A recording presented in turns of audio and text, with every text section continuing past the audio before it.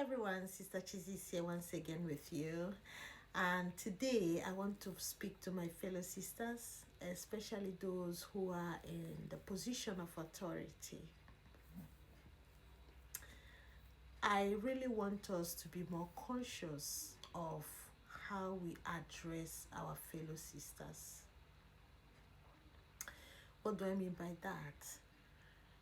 We really have to be careful the words we use for our fellow sisters, especially the younger ones. Vocation is a gift from God. The fact that we have been in this life for years and we've survived it does not mean that we were perfect. We had our ups and downs. We had our limits.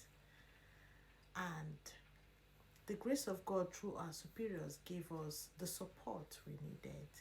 So I find it hard to understand or to accept the fact that some of us do not try to understand the younger sisters. We feel so confident because we are finally professed, or because we've done our silver jubilee, we are 15 years, 16 years in this life. We find it so comfortable to talk down on them. Now, the fact that they are novices, they are postulants, they are newly professed, or they are immediately of finally professed, and they are young, does not give you the authority to talk to them anyhow.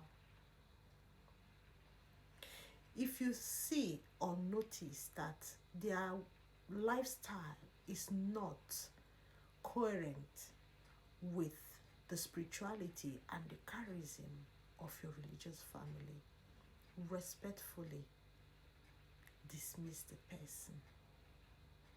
The fact that that person does not correspond, or the way she sees the religious life is not the way your religious family sees it, does not give you the right to create a mental health situation in that person's life.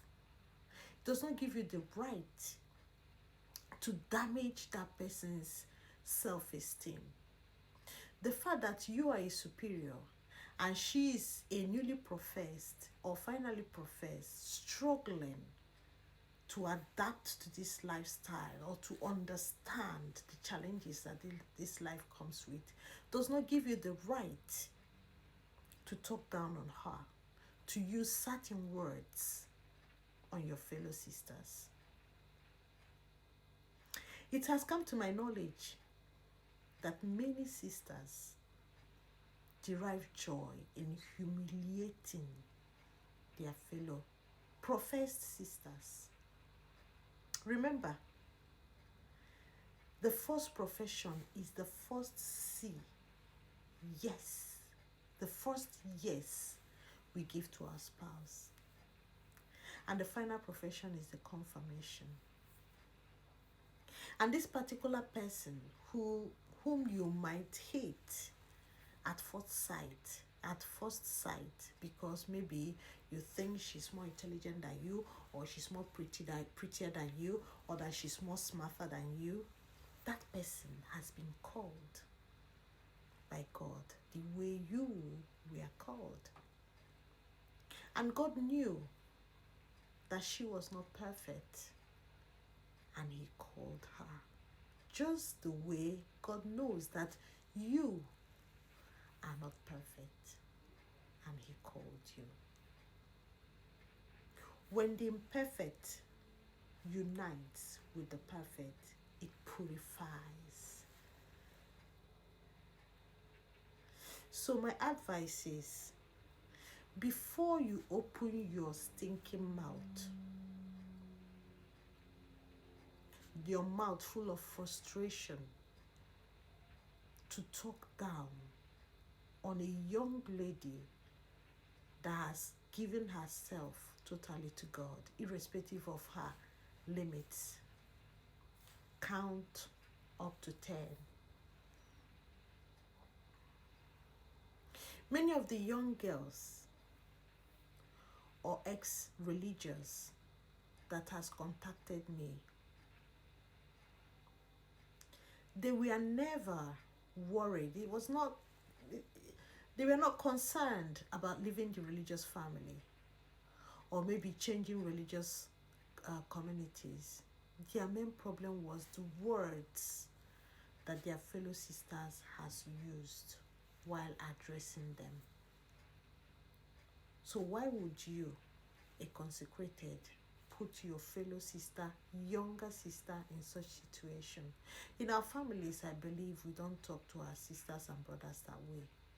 I know some of us are naturally bitter, I get that, but